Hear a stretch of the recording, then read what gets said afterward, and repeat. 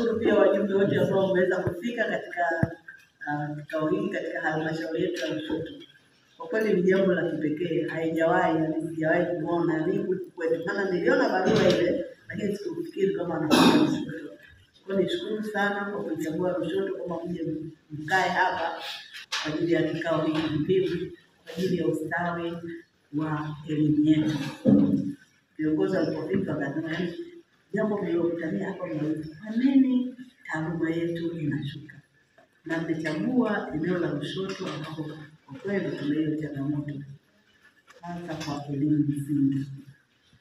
Kwa nikawapongeza viongozi na kwa kuchagua Lushoto. Niendelee kuwapongeza na kuwakaribisha sana katika halmashauri hii ya Lushoto. Niwapongeze viongozi wa mkoa pamoja na mimi katika halmashauri zenu kwa kazi kubwa ambayo mnaifanya kuhakikisha watoto wetu na walimu pia wanakuwa na mazingira mazuri ya kujifunza na kufundishiwa ambayo wanazingatia vile viwango na ubora ambao unastahili. Lakini shukrani za pekee tumshukuru sana Mheshimiwa Rais ambaye anafanya kazi kubwa kwa ajili ya uboreshaji wa miundombinu lakini na mazingira yetu ya kufanyia kazi. Miundo yenyewe ni muhimu kwamba miongoni mwao vyoo vimepanda ambayo ilikuwa ni muda mrefu haijafanyika. Kwa sababu hiyo kutia mwaka Mheshimiwa Rais amefanya, lakini kuna watu wamefanyia rehabilitation, lakini kuna mambo ambayo mengi mazuri ambayo yanaendelea kufanyika. Kwa hiyo tunamshukuru pia Mheshimiwa Rais, lakini tunashukuru pia uongozi kwa kuwapa kibali kwamba tunapokutana mahali hapa kuna mambo muhimu ambayo tunaenda kuyazungumzia kwa ajili ya ustawi wa elimu yetu. Hii itakuwa ni mkoa wa Tanga, lakini sio mkoa tu, maana inaendelea kwa sababu sisi tunashare na tunaenda mpaka kwenye vikao vya kitaifa. Kile mnachotoka nacho hapa kitakuwa ni muhimu sana. Kwa hiyo kabla sijasema maneno mengi, nimeamua kusema machache. Ninaomba tusimame huko, tuna sala yetu ya ufunguzi. Hebu Mwenyezi Mungu wa mbingu na nchi, tunakuomba sisi watumishi ambao Mungu tukusanya leo mahali hapa kwa na viongozi wa kuleta mkoa katika halmashauri zetu tunazokuwa na moja, tujalie afya njema, hekima, upendo, busara na maarifa katika kujadili suala la elimu na namna ya kuweza kuwezesha kuinua kiwango cha elimu katika mkoa wetu na taifa kwa ujumla. Tujadili kwa hekima na busara ambazo Mungu ametujalia katika kuwatumikia wananchi wa mkoa wa Tanga na taifa kwa ujumla, katika kuhakikisha tunaharakisha maendeleo chanya tunaahidi katika dira na dhamira ya kuyatekeleza kwa kutumia akili na vipaji ambavyo Mungu ametujalia. Hebu Mwenyezi Mungu tusaidie. Amen.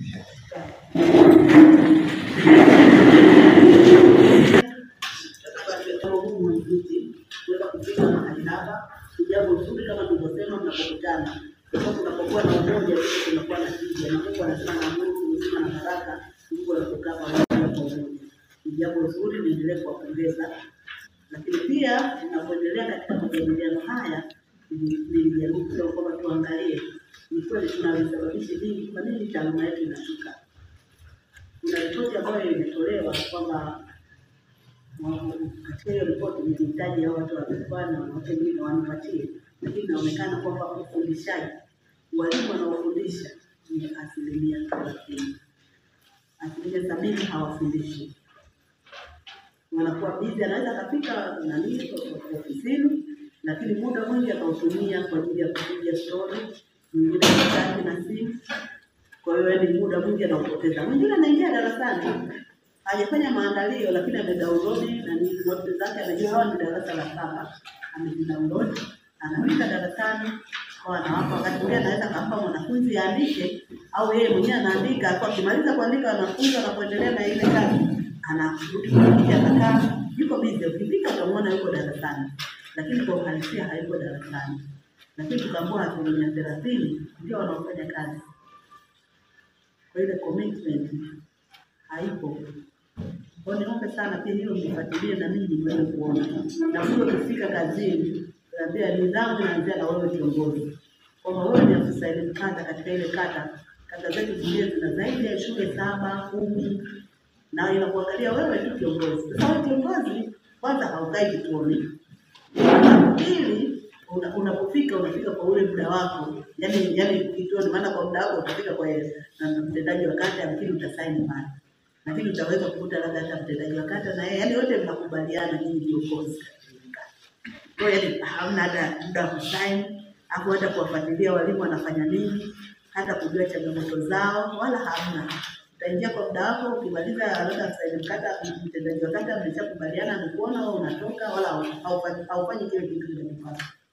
Huko kumekuwa na malalamiko mengine kwamba hata ile kujua mwalimu amefanya maandalio yale, zile stari za kazi amezifanyaje, haipo. Kwa hiyo mwisho tukipata matokeo mabaya, unakuta mahali pengine mwalimu yule yuko hivi na hivi, lakini kumbe wewe kiongozi ulikuwa na nafasi nzuri ya kuweza kuchukua hatua mapema na kushauri kwamba huyu hapana, huyu tufanye hiki, huyu tufanye hiki. Lakini mwingine mnayemkumbusha ni mlevi. Nidhamu. Mlevi, lakini kazini mnanyamaza kimya. Lakini ukiona mambo yanaharibika, jamii inaanza kupiga kelele, ndio unasema. Kwa sababu ni muhimu sana mnapoendelea kujadili pia na ile nidhamu. Nidhamu ya hata namna za kuapia na kuonekana, mavazi yetu, lakini nidhamu nyingine, kauli zetu ambazo tunatumia, mwenendo wetu, unakuta ni mwenendo usiofaa. Hatufiki kazini kwa wakati, tunachelewa lakini tunawahi kutoka. Kwa kumekuwa na hizo tabia ambazo mnapoendelea kwamba huwa wakati mwingine vinaashiria na kupelekea tunakosa matokeo mazuri.